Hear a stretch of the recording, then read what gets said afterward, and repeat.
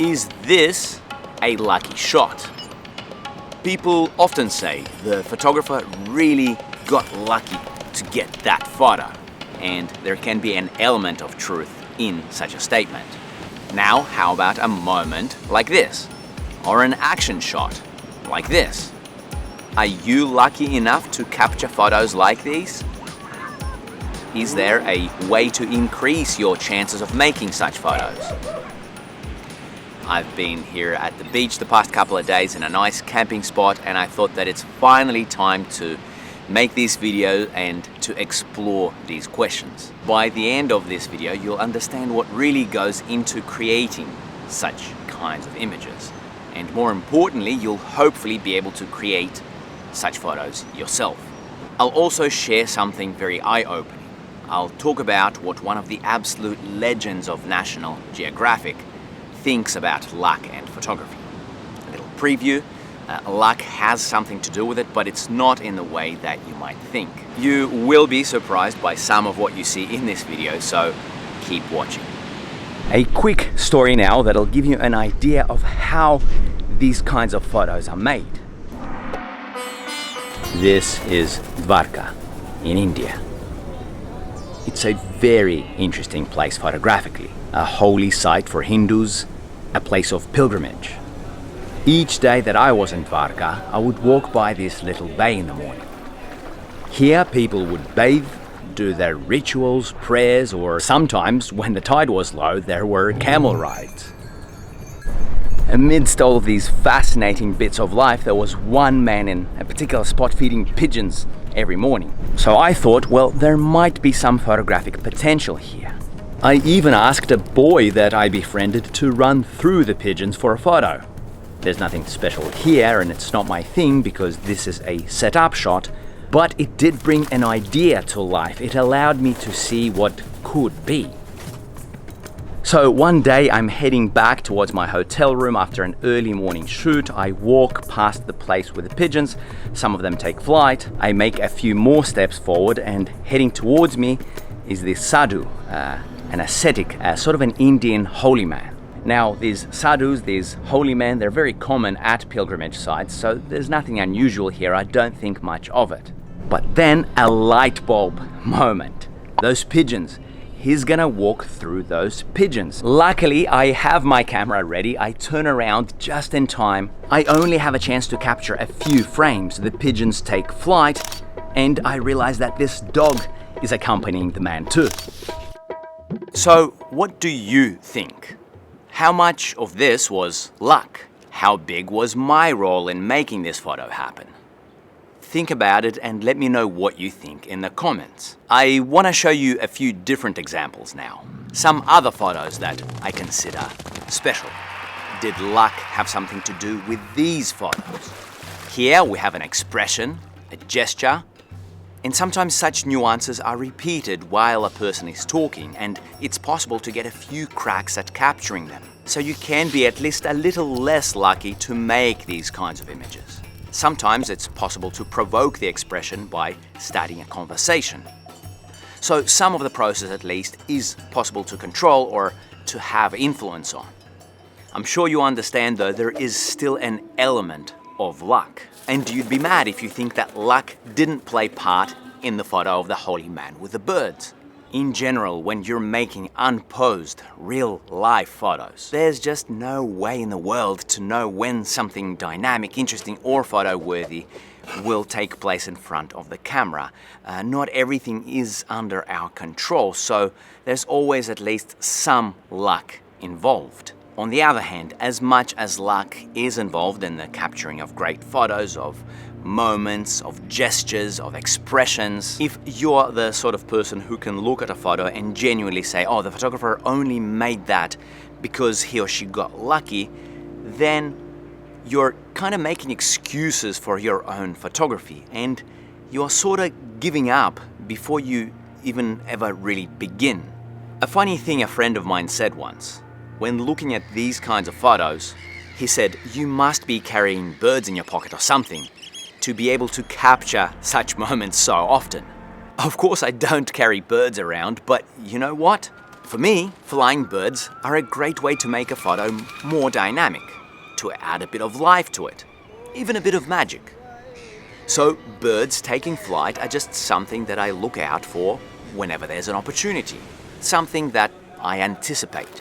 Anticipating the possibility of something happening, whether it's flying birds or a moment, a gesture, an expression, or a holy man walking through flying birds with a dog by his side, it's so important to get these kinds of photos. I made a photo of the boy running through this same spot in part just because I anticipated that this could be something special.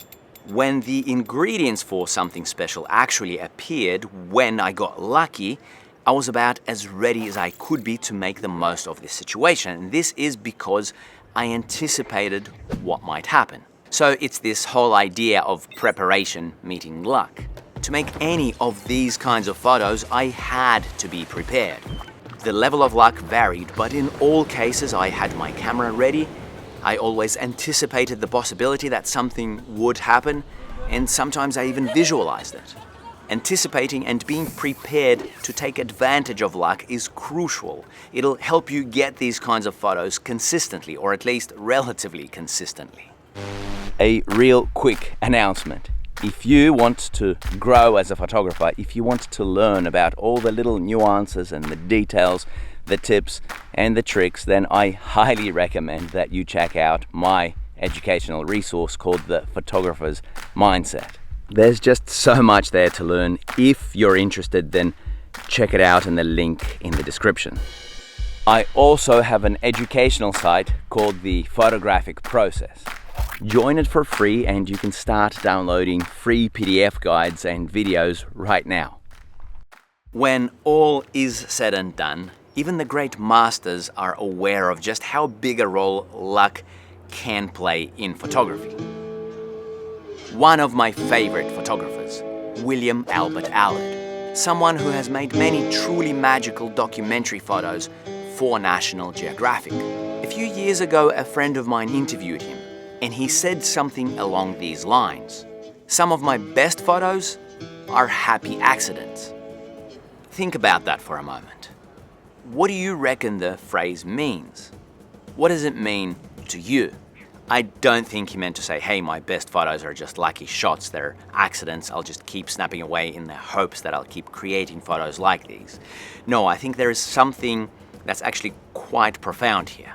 From his years and years of experience, Allard has come to understand the importance of luck, of serendipity, the importance of being open to it, of welcoming it. Sure, you have to put in the work and to be prepared and to anticipate the moments, but with Allard, he's learned to recognize those lucky chance nuances in someone's gaze, in the body language, in the light, in the expressions, in the compositional elements coming together. This might seem obvious looking at Allard's photos in this context, but it's not obvious. Especially when we're less experienced, we tend not to recognize such nuances and we don't understand their value. I know that I didn't. I would have very set ideas on what sorts of photos I wanted, and if something didn't live up to the vision that I had in my mind, then by my standards, that photo was a failure.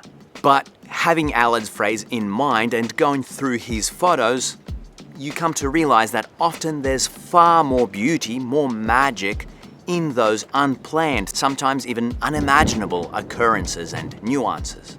Perhaps you get something that you didn't plan for. Maybe it's even something that you didn't want. But it's quite possible that you've been gifted something that's even better. And we all have the capacity to be lucky in this sense.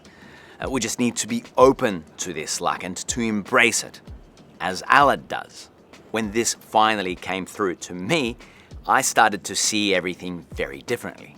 Now, when I look at some of my older photo shoots, it's quite clear to me that some of the photos that I had my mind set on are actually inferior to the ones that I overlooked before, the ones that hadn't lived up to my expectations. This is because the ones that I overlooked have those serendipitous nuances to them.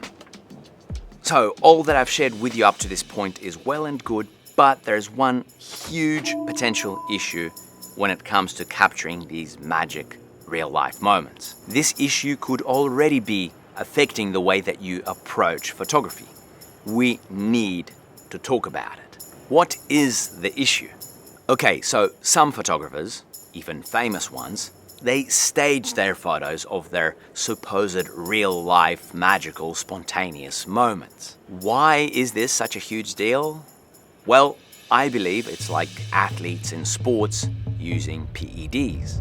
Drugs give an athlete an unfair advantage. That's cheating. Likewise, it's cheating when you make the viewers feel like, wow, what a moment, what an incredible alignment of elements within the frame. It's like God had a hand in this photo. You make them believe that it's all just the magic of life, and you never tell them that you actually just set it all up. This is not okay in any kind of documentary photography where you're supposedly capturing real life as it is. But you might want to know, well, how does this affect me? Thanks to such photographers, you might have unrealistic, really unattainable expectations. You might even want to give up because you see that you are not getting those kinds of photos with any sort of consistency. The reality is that these kinds of images, even with less dramatic or obvious moments, details and nuances coming together, they're not common. What you are seeing here is a selection of my photos from over 15 years of shooting full-time. What I've shown you of 𝗖𝗯𝗹𝗲 is the result of decades and decades of shooting. If you're not getting these kinds of photos on a regular basis, don't get frustrated or discouraged. It's actually quite normal. So back to that big question. Are you lucky enough to create these amazing kinds of photos? Of course you are. We all are. But if you want to follow the honest path, if you want to capture the real magic, then it's all about work, patience. It's about studying people, studying body language, nature, light. It's about making countless exposures. It's about developing the ability to anticipate and to be open to those special magical moments or to those happy accidents. That's almost it for me. Please click like, subscribe, click the bell. Before you go, I just want to let you know that you can learn much more about capturing the nuances, people's gestures, and about people photography in general by watching this video on the screen next. That's it. Goodbye for now.